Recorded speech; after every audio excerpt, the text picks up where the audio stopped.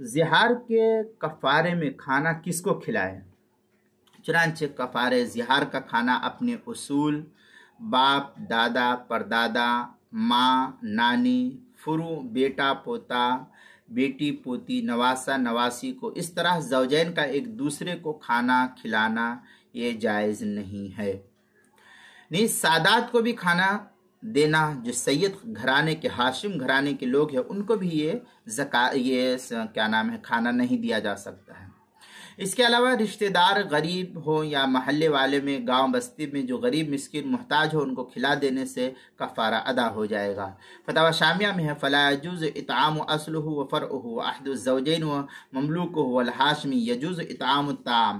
اس طریقے کی عبارت جو ہے فتاوی شامی کتاب الطلاق باب الکفارہ جلد نمبر 5 صفحہ نمبر 144 جو زکریہ بک ڈپو دیوبند کا ہندی نسخہ، اس کے اندر کتاب المسائل 5ویں جلد صفحہ 337 پر بھی اس کو نقل کیا گیا ہے۔